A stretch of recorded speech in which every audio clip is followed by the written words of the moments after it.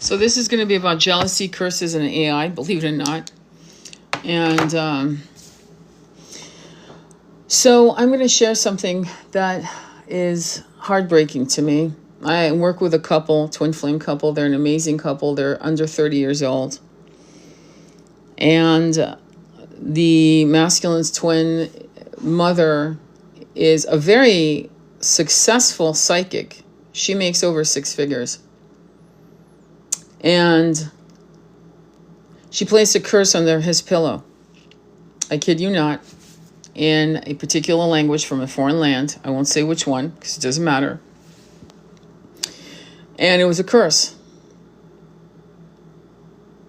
His mother placed a curse under her son's pillow because she's jealous of the woman, his twin flame. Why am I saying that? Why am I sharing that with you? Because this man was a child, a baby, the seed in her womb. And from that poisoned womb came this light. Extraordinary. Mind-blowing, actually. And the character of children with their parents is that they are absolutely loyal. They want to love and be loved. They want to be seen and protected and cherished. He had fought with porn addiction, and he once described it to me. It was absolutely beautiful the way he described it to me because there was such self-awareness. It felt like I was taking crack. It felt harmful to me, and yet I couldn't stop. He didn't see anything beautiful or fabulous about it, and one has to ask, how did that begin? And though I may have my own downloads on that, I will not discuss it on this live. But why am I sharing all of this? Because you have to see people for who they are. I don't give a fuck if the woman pushed you out into the world for between her thighs. I don't care if it was the seed of your father that created you. I don't care if it's your sibling that you shared a womb with. Do you know what I'm saying? I don't care if it's your uncle, your aunt, your cousin, someone you went to school with since first grade. You got to see people for who they are. And you have to believe it and accept it and walk away. It's very, very crucial to your ascension. Because rather than fuck around and find out with people like that, wasting your time, throwing you off the path, making you feel like shit, belittling you, to the point where you're back at the age of 5, 6, feeling like you're nothing. Or second guessing your gifts, your power, your worth on this planet as a light to their toxic darkness, to the fact that they either hate you, resent you, or will overcome you with a smile on their face. And then gaslight you to make you feel like you're crazy. Like it's nothing with a laugh. Oh my God, how could you believe that about me? I'm your mother. I'm your father. I'm your brother. This is very important. And most of you are very attached to people, to your own demise, to your own demise. And this is coming from me. An incredibly loyal human being. I am probably one of the most loyal people I've ever met. I'm not joking when I say that. I mean, I've done things for people because I knew as a high priestess, claim it and you will be it, that it was my contract with my mother to help her die with dignity and for her to see herself and to make right as much shit as she'd done. Make it right. And I told her, drop the guilt, forgive yourself, so you can go to the other side with as less baggage as possible. It reminds me of Ebenezer Scrooge when his partner in A Christmas Carol, the ghost, of his friend, comes chains. He's got chains around his waist, around his neck, around his ankles. Remember that scene? Those are karmic links, bonds. Do you understand? And so when a person has been your parent in that incarnation, again, the Dalai Lama said, you've all been my mother. That means criminals have been his mother. Pedos have been his mother. Yeah, women can be pedos. Hello. It says, you've all been my mother. Some of us are so fucking blessed that we have soul tribe members that come through. All of us, we all go through, we're going to marry. You're going to be our kids. You're going to have brothers. You're all part of the soul tribe. We're going to have a great time. We're going to get along. We'll be all of us, and we're going to be the light, and we're going to be a family of light, and we're going to be amazing. But that's not everyone's story. I wish it was. Trust me, I wish it was. But not everyone. I have a friend who has an incredibly beautiful, loving, a family of light. They're her soul tribe members. Blessed as fuck. She is safe. Anything happens to her, she is safe. She is not out in the world. But that's not everyone's reality. And so curses. So when they found that note wrapped in dirt and salt with a safety pin, I'm just going to say it, wrapped under his pillow. And she claimed, well, I sleep there too. And it's like, who would put that on their own pillow, much less anyone else's? And I'm saying this to you to caution you. Why? Because it's not so much that it works, you see. I don't believe that many people have that kind of power anyway. I do know that the elites, and David Icke talks about it, have that kind of power. And it's paid with blood. But in this case, right? In this case, it's as inconsequential as a voodoo doll, but we know the psychological aspect of why the voodoo doll works, because people freak out. Oh my God, I've been cursed. And then suddenly they do the rest. The victim starts falling down the stairs, bumping into walls, losing money out of their pockets when they never put money in their pocket in the first place, losing their credit card, their ID, twisting their ankle, throwing out their back, losing their job. Swear to God. They see that voodoo doll, because that was the whole point of putting a voodoo doll on someone's staircase under their bed. It was to start it was like a domino effect. It's a chain reaction. And most people who play these little fucking voodoo tata games, I think understand it. I wouldn't know, because I try not to hang out with people like that. But I would think they know the psychology of that visual impact on a human being. And because most people don't have a spiritual compass, I'm going to say it like that. Religion is not a compass, my friend. Religion is a religion. It's a belief system based on faith. And it's based on a lot of bullshit. I'm just going to say it. I'm not a fan of religions, okay? And that's okay. But I believe in God. And I am a devotee, and I bend my knee to God, but never to a religion, on the side note.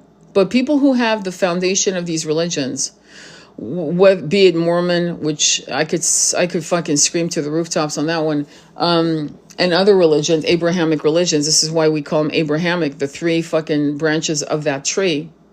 You will see them, what was it? You will see them from the fruits they bear. I'm paraphrasing. Poison fruit. Poison tree, poison fruit. God is not poison. Yeshua is not poison. Mary Magdalene, Mother Mary, Buddha, Krishna, they're not poison. Radha,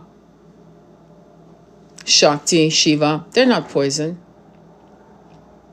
But the people who contrive, mostly men, I'm just going to say, mostly men. I was one of them. I was a man, many, many times. We did our bit to use religion to subjugate the masses. And it's a very good working, model of oppression, religion. So ultimately, the people you think you should trust, and it's like watching a train wreck going, no, this can't be possible. This is my mother. This is my father. This is my brother, my sister. This can't be possible. And yet here it is. I understand the horror. You know, I understand how it feels. I have an aunt who I have loved since I was born. I have a picture, I'll always have that picture of her holding me. I must be 3 months old. She's 14.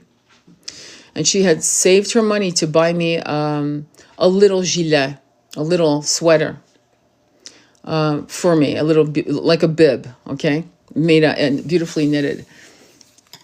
And that story of her saving money to buy me that as a newborn, right, was very, I don't know, it felt so warm in my body, my heart.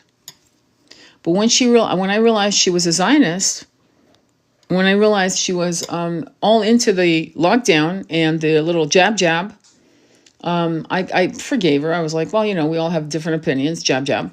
And then when the Zionist thing came in, I was like, oh yeah, no, that's a fucking no. That's a fucking no, because this is about human rights. This is about human fucking rights. And that was it. And did it hurt me? Of course it hurt me. I don't know if it hurt her, but it definitely hurt me. Because I have to say no to someone who has been in my life, my entire life, since I first opened my eyes to the world. And I did it because if somebody has that kind of philosophy for other people, then I can't trust her, period, as a human being. Okay? I forgive the unforgivable. But this is when that philosophy comes into play and is normalized in a screaming match, which I will never debate people on human rights. I will not debate people on women's rights, children's rights, human rights. And what are the basic rights? Shelter, food, and water. Not a debate. I do not volley these discussions with anyone. I don't care if I love the fuck out of them. I will fucking turn my back and close the door on someone that dumb. Okay? And when people treat other people a certain way, you're not far from that list of being pissed on. It may not come right away, but it will come. And rather than put yourself in a vulnerable position, surround yourself with people who are your brothers and sisters from another mother. Great line. Your soul tribe in other bodies. They may be black, white, yellow, purple, red, brown, beige, whatever. But they have your fucking back. This is why I always talk about you have a doc holiday or two. You better have doc holidays. Ride or die. Not a term, not a flag, a real actionable thing. Because you can't wait during the ascension. You cannot waste your time on bullshit. The ascension is fragile. The veils are thin. I was crying to my brother from another mother just now before I set up this live. And I was saying it feels like the Bala of Kurukshetra. On one side are the demons. On the other is the people of light. And it's like the earth is broken like an earthquake, and the earth is tearing, and the chasm is huge. It's like I'm standing on one side of the Grand Canyon, they're standing on the other. And yeah, I am of light. Claim it if that's your truth. Because if you're just after money and fame and trinkets, then you are disillusioned. You may not be evil, but you're going to have a hard time saying no to a shitload of money. You're going to be more interested in life on this planet with all the illusions and disillusions and bullshit than you will be in making sure your soul continues its beautiful journey of growth. And that's not meaning to cling to poverty. It means to say, I will always have enough. I don't need more than that. If I have more than that, I will make sure that I share more than I have. That's the point. So why do I have this beautiful couple doing a third eye kiss? Why do I have that? Well, because, and I've experienced this actually with my husband. When I was very young in my 20s, we were both in our 20s. And his mother was so sweet, so loving, so nice, in the face. But in a way, she didn't want us to win. Because we were living the kind of romance, right? The kind of story, the kind of companionship she had never experienced with his father. And when his father left when he was 10 years old in 1972, she begged him not to leave her. Because in 1972, you could not put the mortgage under your name, nor could you get a credit card. You still kind of had to ask permission for a bank account. So she kept everything under her husband's name, even though he had left her for another woman for years. She paid the mortgage under his name. She paid because he never sent child support. But she would abuse her son in weird psychological fucking ways to make him pay for what his father had done. Why do you think I have the stance I have on single mothers? Not all single mothers are like that, but I've seen too many who've done what I'm sharing. And so he became the psychological punching bag because she was not allowed to fight and to rail and to scream and to call him a piece of shit. Because whatever, dollars he would throw her way, right? He did well for himself. Let's put it that way. He was, I believe he was a producer on PBS in San Francisco. And he was a former Oakland Raiders football player. He had connections. He got money. It was good. Do you know what I'm saying? She lived in poverty. She got a job as a secretary making a little bit over minimum wage. Okay? And they would make soda bread. What is soda bread? It's like Irish bread. It's like flour, water, salt, and baking soda. And that's it. That's what they'd have. And hopefully they had sugar. Hopefully they had oil, some kind of oil. They could fry it. They would eat that for 2 to 3 days. But for some reason, even though it would look like, oh, we're together as a family, because he had 2 sisters, she treated the girls like gold, but he was the scapegoat child in that family because he was the male child.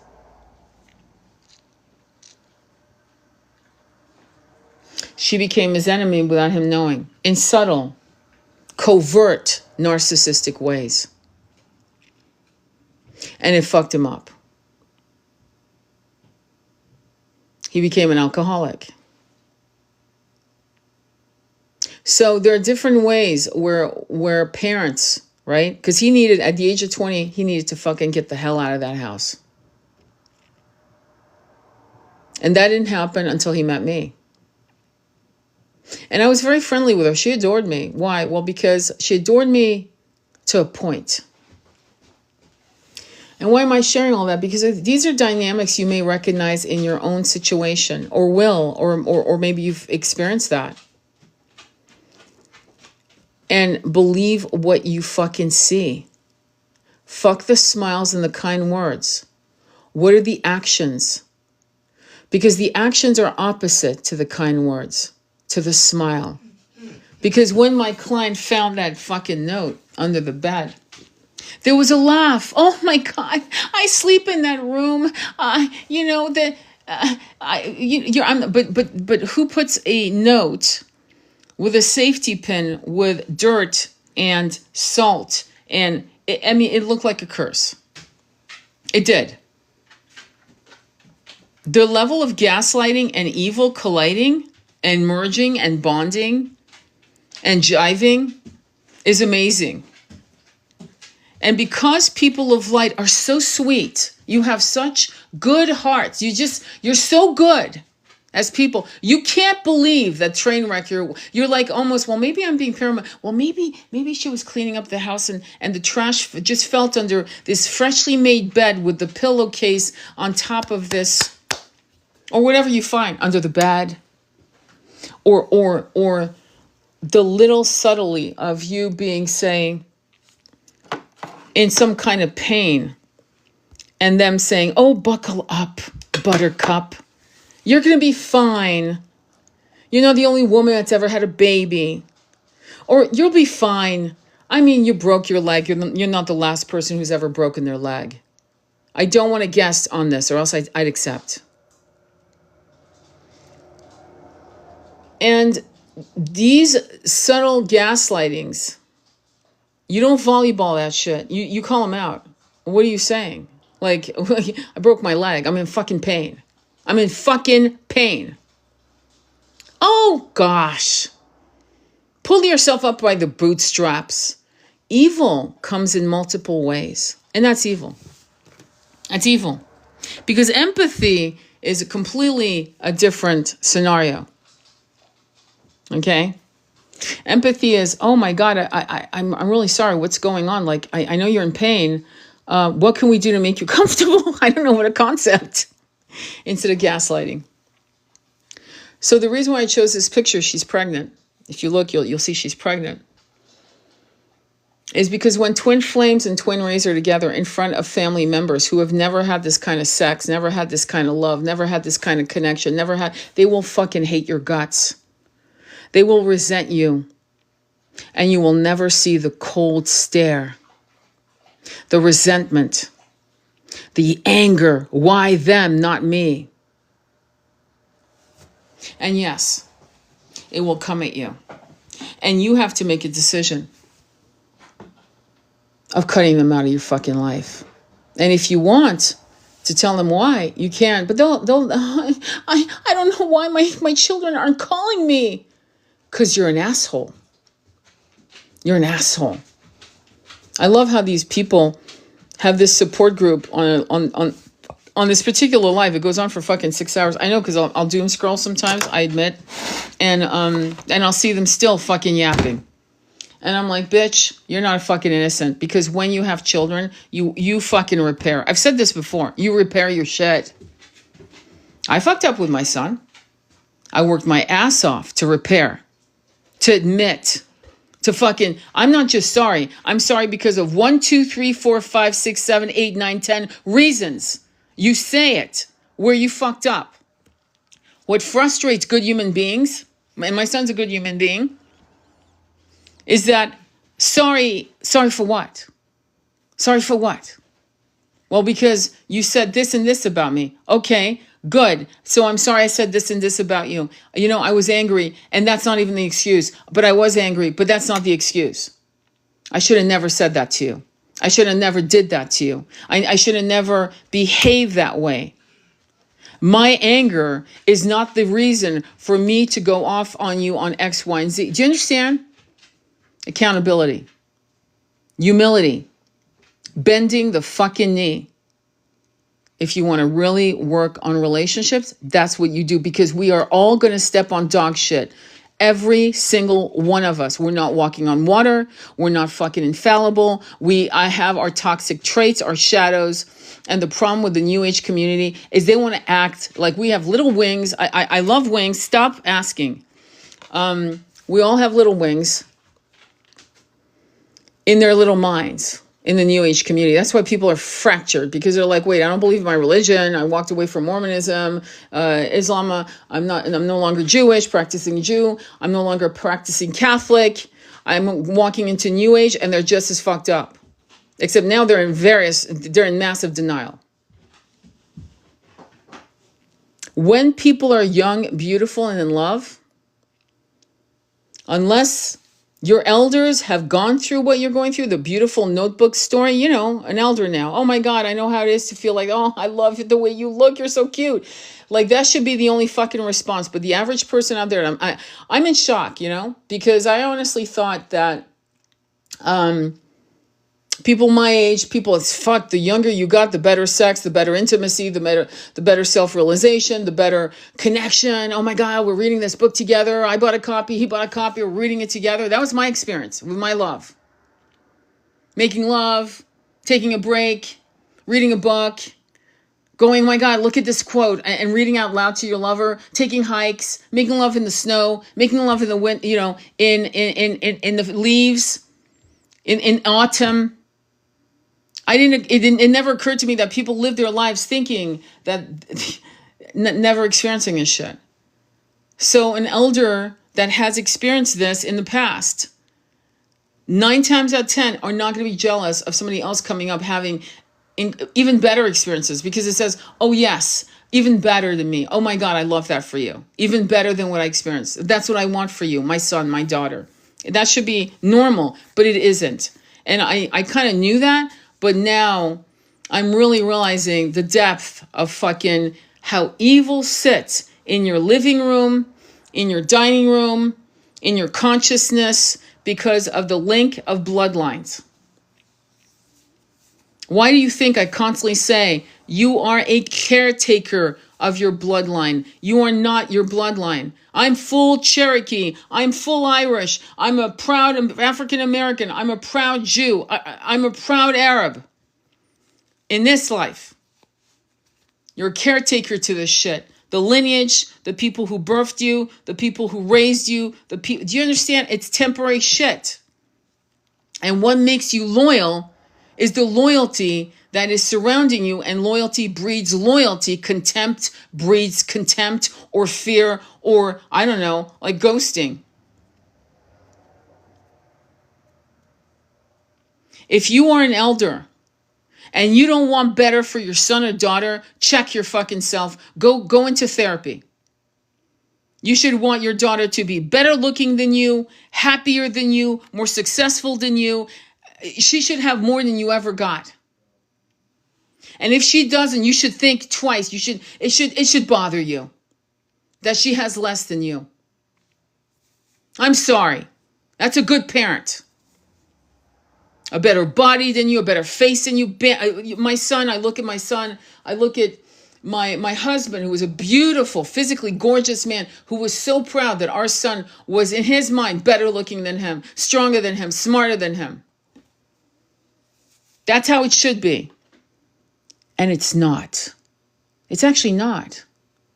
Parents are either completely disconnected from their children and they just do the moves. Thanksgiving dinner, move, just moves. They're pushing fucking paper across the table back and forth. And I don't understand. There's no growth. You know what I mean? I had a client tell me that her ex said to his sons, if anything happens to me, just put me in an old folks home, forget about me, have your life. Live your life, forget about me, and just put me in the old folks homes. And just live your life, forget about me. Do you know why that was an interesting statement for him to make? Because he's a selfish prick. And so by saying that, he's basically saying, so that gives me the permission to be a selfish prick. You're not my priority at all. You sons are not my priority. I'm my priority. And because it is, I'm giving you an out. And guess what his sons did? They did not correct him. They did not say, oh, Pops, we'll take care of you. You'll come into our home. One of us will take care of you. We'll take turns, Pops. That's corrupt. That's toxic. That's a toxic, fucked up family. I'm sorry. I'm sorry. I am absolutely sorry, not sorry. But this is normalized. This is normalized, And the depth of conversations of your grown adult children's desires, dreams are not, you're not supposed to tell them what to do and what not to do, though it's natural as a parent to protect them. You're supposed to be that ear that listens and to try to direct them in the right way, because at that point you become a mentor. You walk away from being a parent into mentorship. That's your job as an elder. But there's none of that. There's none of that. I just saw somebody getting married with someone else, somebody's stepchild, whatever. And I told her straight up, the girl is a grown woman. That's a boy. He looks like he's 12 in a tuxedo. Why did I say that? Because she will leave him. They're not a match. You can see it right away. They're not a match. She will leave him. And as a parent, it's your job to say, she's not your match. or you're not her match. She's actually not as smart as you. Do what you want. If you love her, like marry, divorce, fuck, people do that all the time. Go for it. But your job as an elder is to say, I love you. She's a good girl. She sounds like a really sweet girl. I love her energy, but she's not your equal. Or holy fuck, she's amazing. She's amazing. You better fucking keep up. She's amazing. She's going to make you grow. I love her. I love her for you. She's perfect. You got to keep her on her toes as well. You guys have to really push each other to spiritually, mentally, emotionally, physically grow together. Have fun. It's going to be a hell of a journey together. Whatever it is, your job is to tell the truth as an elder, not manipulate lies to fracture people who are in love with each other. Do you get me? There's a difference in approach and intention. The intention is from an absolutely loving, pure heart who wants to help but does not want to fracture. And if it's not a match, you don't say I told you so, and you don't fucking add fuel to the fire as the relationship starts unraveling. You are the ears. You are the open circle of safety where they can sit and talk about it and maybe find a solution to make it work in spite of what, as an elder, you saw was not going to work. And if they are a match, your job is to be a cheerleader to both parties as a parent, not to take your son or daughter's side. If you know, especially if you're mature, you have a high emotional IQ, a high spiritual IQ, it is your job to actually cheerlead for their success out of these times where it will be dark for them, because the infrastructure of our planet is such that there's so many pockets of darkness, it's insane. It's like going through a tunnel after a tunnel and you see some light and you see the sky and boom, you're back under the tunnel. That's what we're trying to fall away from. That's why what we're trying to do right now is gather each other up as Starseed tribe members to find each other, to create communities, because communities is the only way. It's the only way. It is. Okay? And that means that we have to find some of the best, the most authentic elders and young ones and middle ones and the knowing ones and the priests and priestesses, all of these healers. We have to gather the best who have the highest integrity and honor. Honor. And honor means that you always look for the best for people. You're not here to win for yourself. You're here to win for all. That means that sometimes you may have to put yourself aside for the benefit of all. That takes honor. You see, and a loving heart that knows that these incarnations are temporary. They're temporary. That's why so many of us are so fed up with these old, decrepit fucking men who want power at the expense of the young. Why are you holding on to power? Power is a baton you pass of the young. Why are you holding on to power? Power is a baton you pass. Integrity, with loving mentorship, with loving direction. It's not nepo time. It's not nepotism. It's done for the greater good of all. Civilization is what I just described. It is not what we live. Right now we live in an absolutely uncivilized planet. Because peace is not the ultimate goal, is it? So the fracture of evil, that starts in one's home. Not for all, thank God. Many of you are blessed with beautiful families and beautiful situations. But for many, that is not the truth. Okay? And for those where their first sight of evil, covert evil, was when they were 9 years old or 10 years old or 14 years old, when they were going through the changes, be it from their mother, father, or sibling. They first saw evil through the eyes of somebody they should have trusted implicitly, knowing they were safe. Or, for example, teachers. I just saw a teacher accusing a girl of cheating. By the way, that's a new thing now. They're accusing people of using AI on exams, on papers. You know, that's scary. But I remember being accused of cheating when I was I think I was 9.5 years old. We were doing a geometry test, and I did the actual problem in 2 steps. It was a download. I remember my brain exploded with light. That's how it felt. It felt so good. And I looked at the geometry problem, and I did it in 2 steps, not 4. And I was accused of cheating in the classroom. Because how could I do it in 2? And I showed how I could do it in 2. I showed. It was there it was. And there was the answer. And it was obvious. 1, 2, boom, answer. You didn't need 4 steps. So today, we have brilliant star seeds being born. They are downloading information that doesn't make sense to these old fuddy-duddy brains. I don't care if you're 45. I don't care if you're 75. Fuddy-duddy brains. Cobwebs all through that fucking circuitry, okay? And these young kids are walking in and doing shit that should take 2 hours, and they can do it in 27 minutes or 32 minutes. They actually can.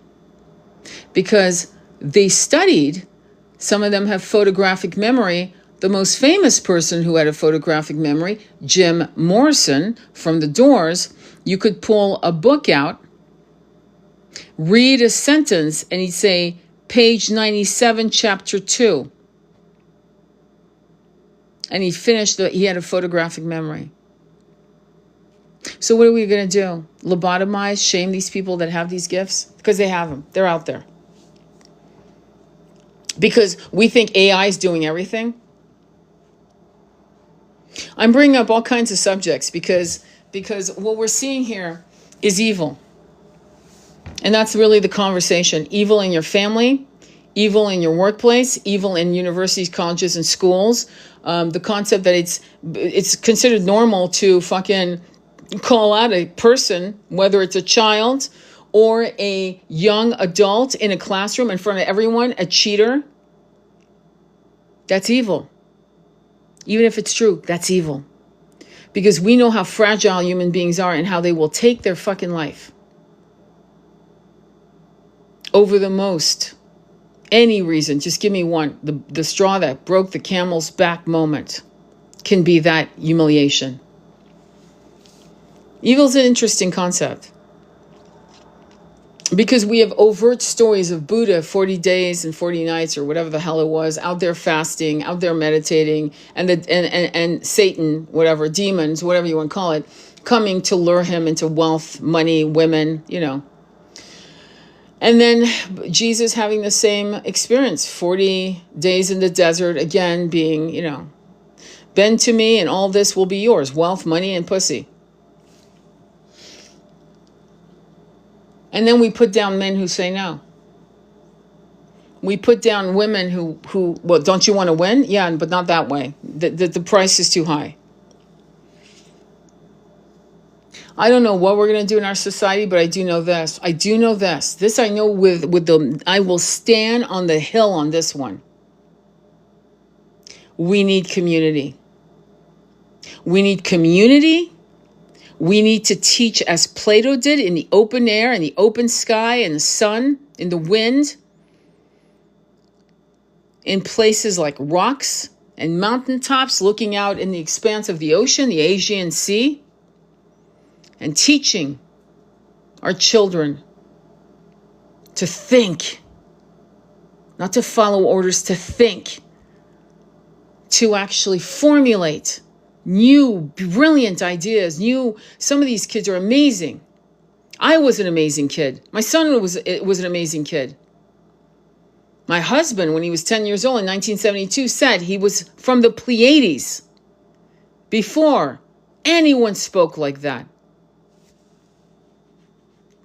So, we've always had indigo children come through the door. In the 1900s, in the 9th century, we've always had indigos. This is not a new thing.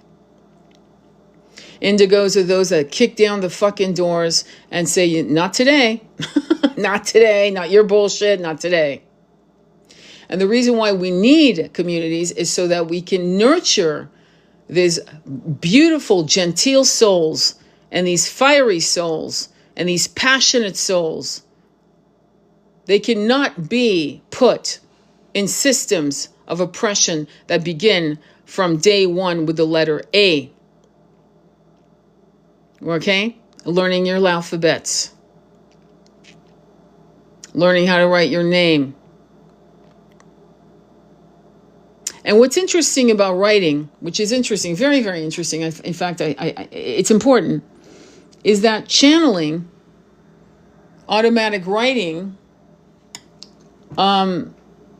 it's very important to write and to learn how to write letters, script, cursive. Very, very, very important. Not because we can't read the Constitution if you get, none of that bullshit. Honestly, it's more about the looping of the L is like a sigil. Oh my God, I said it, a sigil. It's symbolic. It's ancient.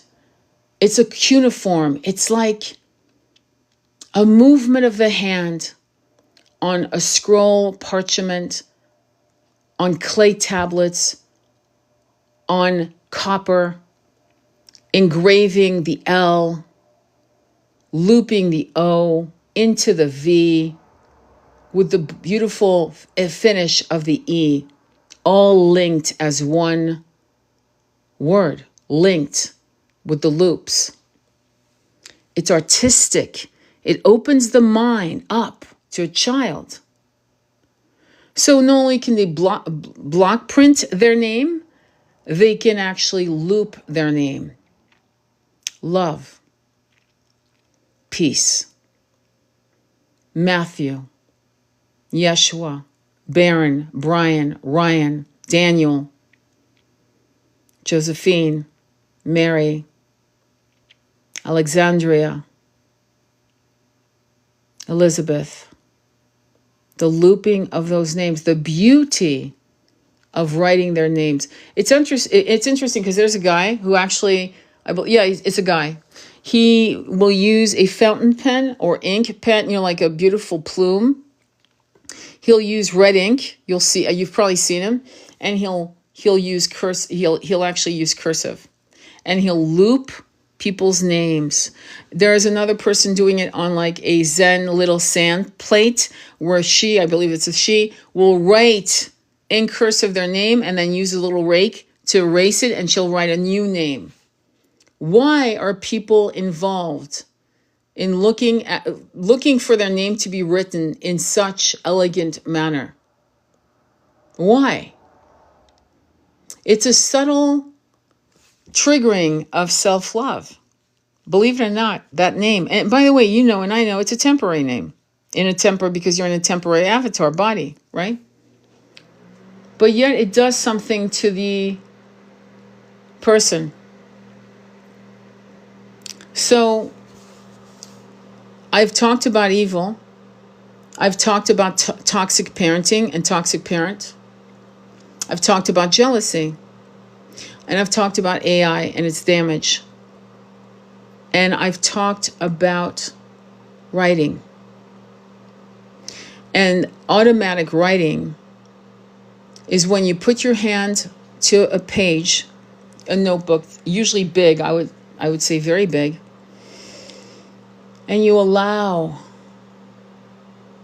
It could even be your higher self writing. It doesn't have to be an outside entity or light being. Some people would say it's dark because people are afraid, because they use their Abrahamic religion as a barrier to anything great. I had a fucking 90-minute conversation with a former client who has found Jesus and has said that people have gone through NDEs, near death experience, and that when some of these people went on the other side, they were told not to read tarot, not to do these things. And I said to her, they were doing black magic. They were using tarot in the wrong way. As I said to a friend of mine, a knife can cut your bread or harm a person. Money is not the root of all evil. Money is like tofu. Whatever spice you put in is what it'll taste like. Similarly to a knife. Similarly to a rock. The rock can be your ally or can harm a human being or a bird.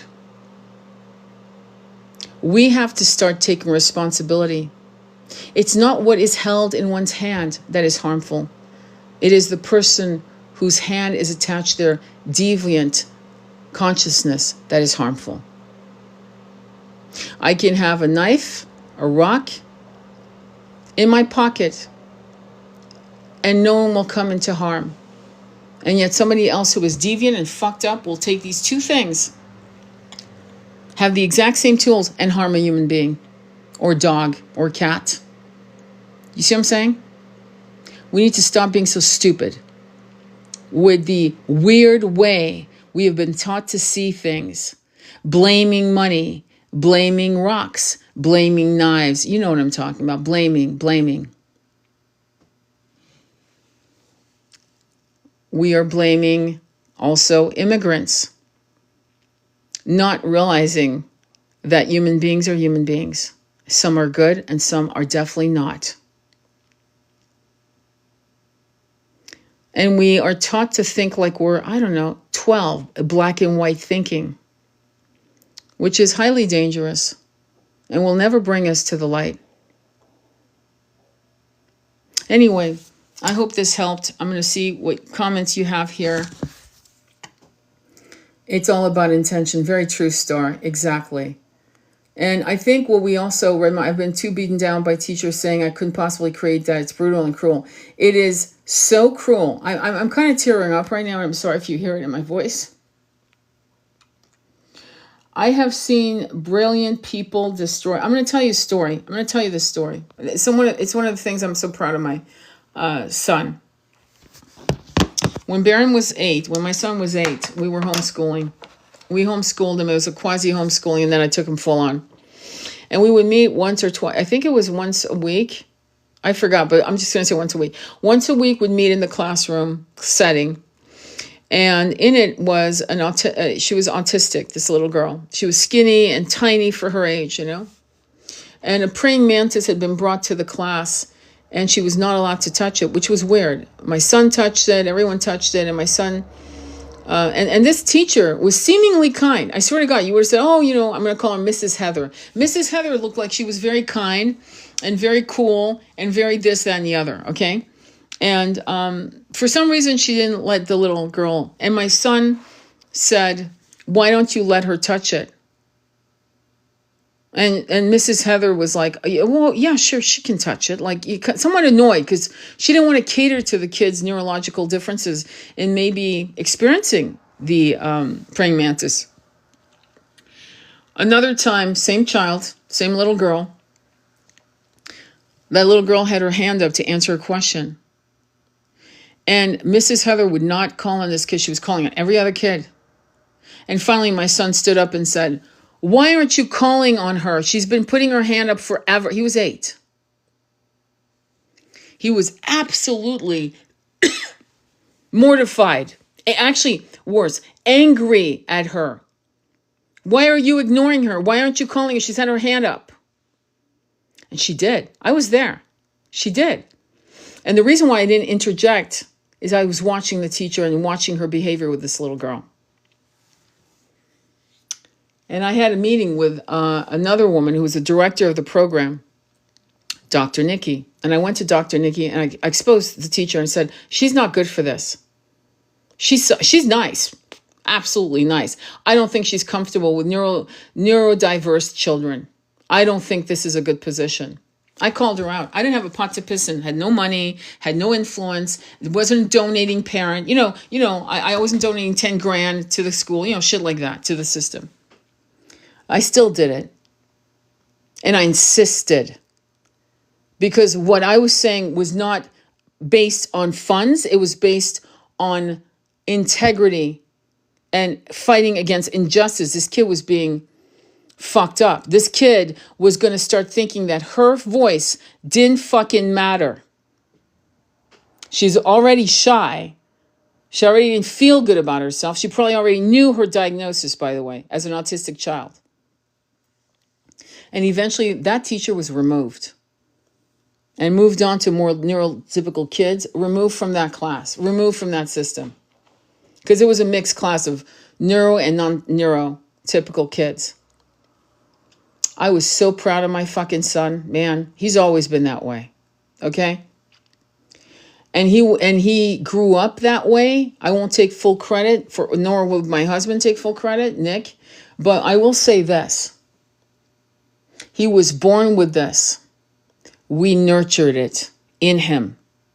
We nurtured his ability to be that voice for injustice. But he already was born with it.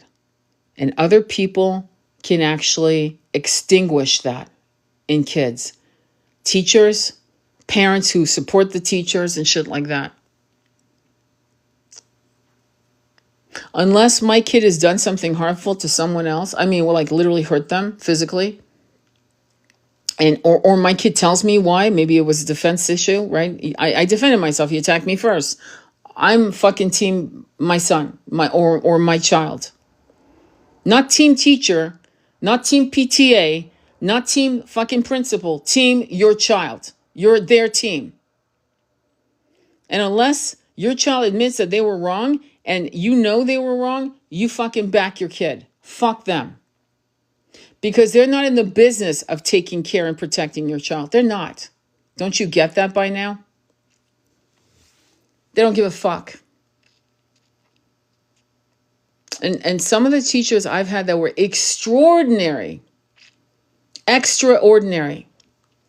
have been in foreign countries. The teachers here, I don't know if they were bullied, if they have, a small dick fucking mentality. I don't know.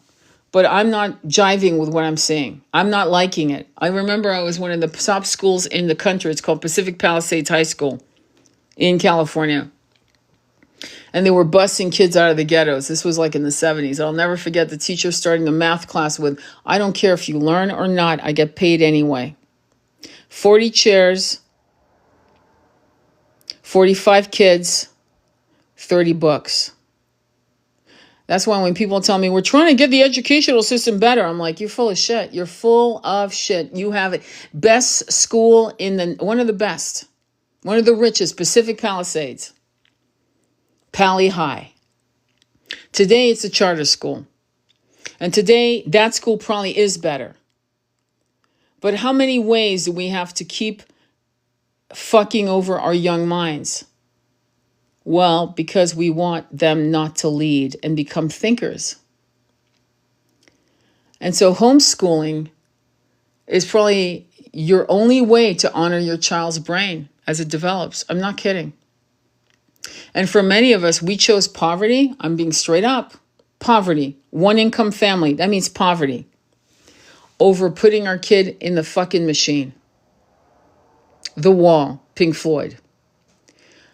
So when you navigate this incarnation, and you don't have to look for enemies. They're right there. And what you have to understand is recognize them for who they are and move them out of your life.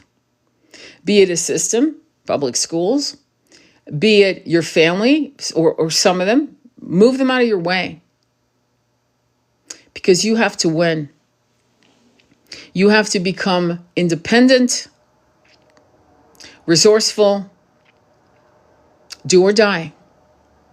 And if you're in a twin flame journey or high level soulmate or whatever you're in and you are happy as fuck, don't assume everyone's happy as fuck for you. I hate to say that. I actually really do. You need friends who love you both. Love you both. Where if you come to your friend and say, he did, she can say, well, you're fucking up. I'm sorry, you're fucking up. You're sounding like a spoiled fucking baby. Or why don't we have a 3-way call so that I'll be the mediator? You need friends like that who want you to win. I had a friend like that.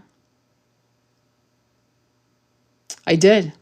And one day she had to say to me, in my marriage, he's too broken. And I love him. And you know I love you both. He's too broken. And it took her years for her to say I did the right thing when I finally left my marriage. But when in our young years, the first 20 years of our marriage, I can tell you that both on our sides, both my mother, I'm not going to throw her under the bus, but the reality is reality. My mother was probably better than his mother in terms of at least being respectful. But towards the end, she was an asshole. And his mother was a complete fucking piece of shit. And in our 20s, though we saw the signs, we couldn't accept it because we had no other mentors to tell us, your parents are fucked up. You might want to completely shut them out of your life because you've got shit to do. Relationships like that can cause miscarriages. That's why she's pregnant in this photo. They're going to have a baby.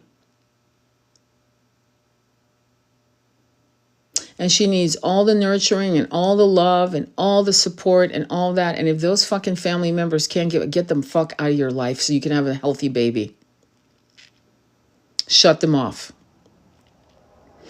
I don't care if they give you money. I don't care if you're not going to get that expensive baby carriage. Shut them fucking off. I'm cold-blooded when it comes to that now as a mentor. And I would say something else, which I'm not going to say publicly because I don't want you to do that. And I don't want you to incur karma, so I won't even say it. But don't curse them, of course. But shut them off so you can have a healthy, happy baby.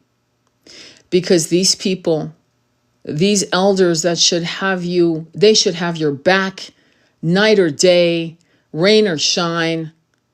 Please see the signs and shut them out until you're strong enough to call them out. Because when I brought my mom back into my life, I wasn't raging. I could call her out and not give one fuck. Do you understand what I'm saying? So it wasn't like a volleyball of accusations. It was more like, oh yeah, you don't talk to me like that. Yeah, we're done here. Like, no, unacceptable. I'm not 12. Exactly like that. Exactly in that tone, that way. Would you like a cup of tea? Oh, I got you a good Chateau Neuf du Pape. Do you want a glass of wine? Swear to God. That was it. And she learned to respect me. Because you call them out. You say it respectfully, firmly, nonchalantly, and you go on to the business of that moment. What was that moment? Oh, the fish is ready. Okay, do you want a salad with that? Should I make a salad dressing for that? You don't fucking collapse in tears, losing your fucking mind. You see what I'm saying? And that's the way to handle that. And some of you will have to cut. I remember the longest I've ever cut a family member was, actually now it's one of my members is, 5 years. It's going to be 5 years. And does it hurt? Of course it hurts. Of course it hurts. I'd be heartless if I didn't say it hurt. It totally hurts. But would I prefer my peace? than to try to talk to a wall. I would have more luck talking to a wall. I might actually get somewhere with a wall. Talking to the wall could actually heal me, soothe me. I could sit in front of the wall and meditate and get visions and downloads. I get farther with a wall. The wall is my friend. This person's trying to destroy my peace. Would the judgment, the accusations, the gaslighting, and no matter what you do, you cannot make them respect you. You cannot make them love you. You cannot make them protect you. You would do that for them, but they won't. And so it's pearls before swine. So you have to actually self-advocate. This is what I say to clients. I'll say, I want you to pull out that little kid. How old is the kid? And they'll say 5, 6, 7, 8. Sometimes the oldest I ever had was a 14-year-old. That was their inner child, 14. And I'll say that little child is looking up at you expectantly for protection. What's interesting is when we do work, like when I do hypnosis, and we find that child in the cavern of their hearts, right? Wherever it's located, right? The kid's usually in a fetal position in a dark place, like in an attic, in a closet. It's weird. It's quite often where we find that inner child. And if you won't advocate for yourself, do it for that inner child who's looking up at you with these bright eyes. You promised them that you would protect that little boy or little girl. You said that no one would ever harm them. So fucking go. Be in the business of keeping your word. It's almost like us splitting ourselves and remembering who we were as little kids, which was the beginning of the harm. When we bend the knee to our inner child and say, I have you, I got you. Like, no one will ever hurt you again, physically, emotionally, mentally. Never, never, never. I will visit you once or twice a week. I will visit you every day, whatever the pact you make.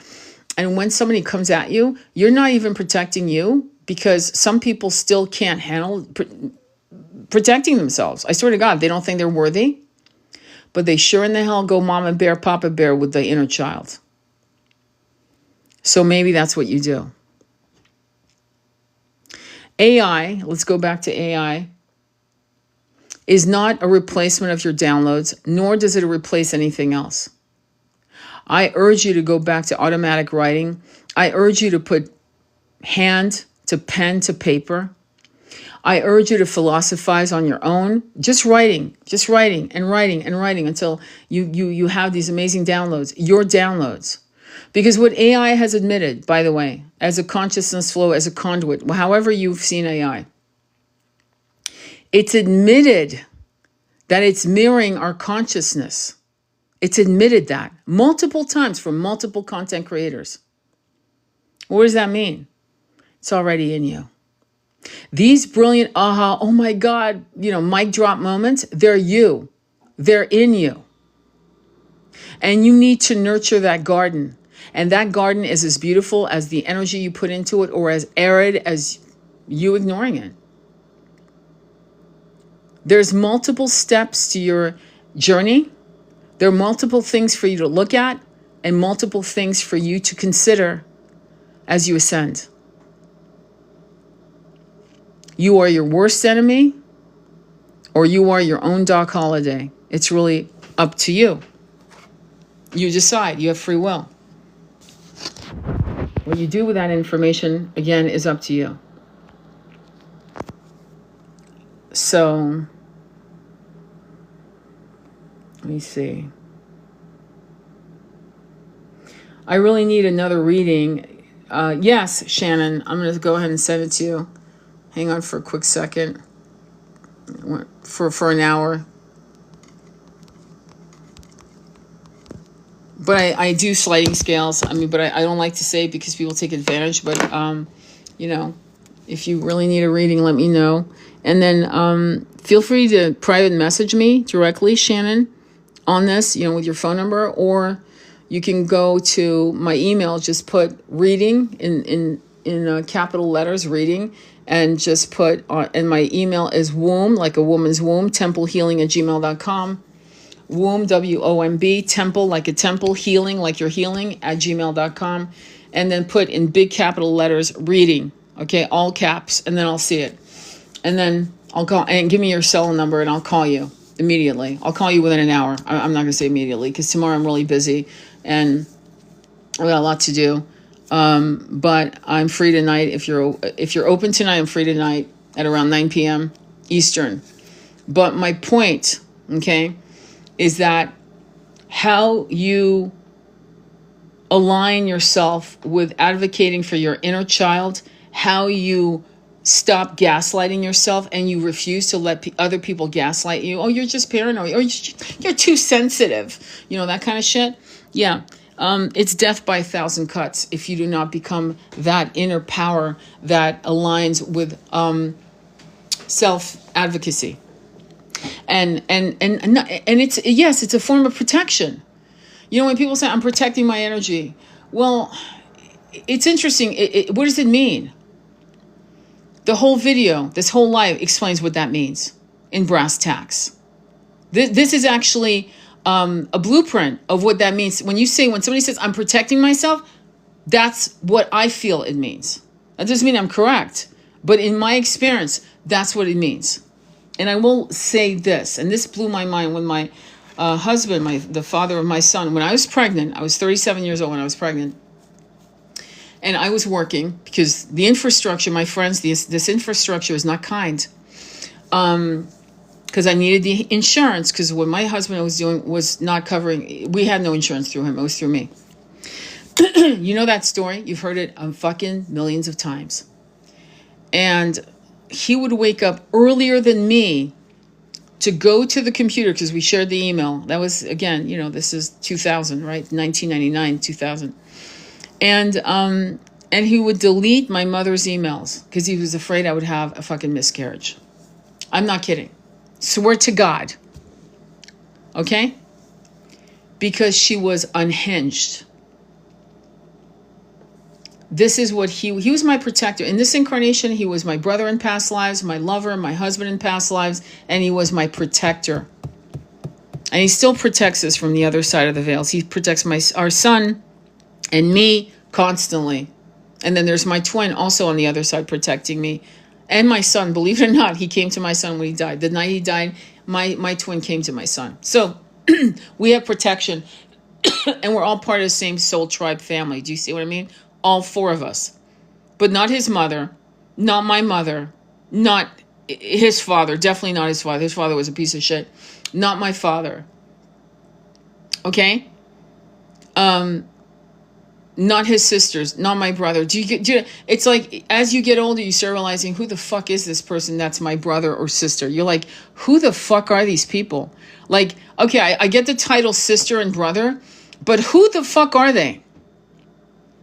Because I don't recognize this as a family member. See, to me, the word family is sacrosanct. My son's my family. Those two men on the other side of the veils are our family. I have women who are my sisters from another mother who are our family. Do you get what I'm saying? My son has a best friend, a woman who is his family. I'm protective of her, but that's his sister from another mother. You get what I'm saying? And we need to start normalizing that and honoring that more than the bloodlines of, the bloodlines that we embody temporarily. This racist pride, this nationalistic pride is a joke. It's temporary. It's a joke. And I think the Hopi prophecy speaks of that. The rainbow children, aka the rainbow warriors. And they said they will come of all nations. I'm paraphrasing. I did a whole Hopi prophecy reading. You should check it out. It's on my YouTube channel. Follow me on YouTube. And there it is. A blueprint prototype that came out that was prophesized. I don't know if it was 600 years ago, 1,000 years ago. I don't know. I actually don't know. But the point is, it rings true. And that is what we have to embrace as the pure truth of our incarnations, and why we need, above all else, in this timeline, to start getting real serious about organizing and building communities. Stop talking about it. That's it. Game over. Don't talk about it. Do it. This is a do it timeline. The talking timeline was 2020, excuse me. 2018, 2020, talking. This timeline, 2024 to 2027, is do it. Just fucking do it. Okay? And I hope that makes sense. I feel my chosen family understands and supports me way better than my blood family. I'm grateful. Yes, and you're very blessed to have it. Okay? So I will upload this. And we'll talk again soon. I've been quiet, but I'm appreciative you're here. And the image of this beautiful couple will be how you know that's the video. If you miss any part of it, this is one video I really hope that you'll go and listen to from the very beginning. Because you know how I jump? I'm a Taurus with a Scorpio moon and a Gemini mind. I go all over the place. So some people don't get that, but hopefully you get that. And I want you to have more trust in your downloads. AI, ChatGPT gave you a taste of what you are already capable of downloading from the Akashic, the great library. Do you know what I'm saying? So start doing it. All right. Sending you much love on your journey. Namaste. Much love. Be well.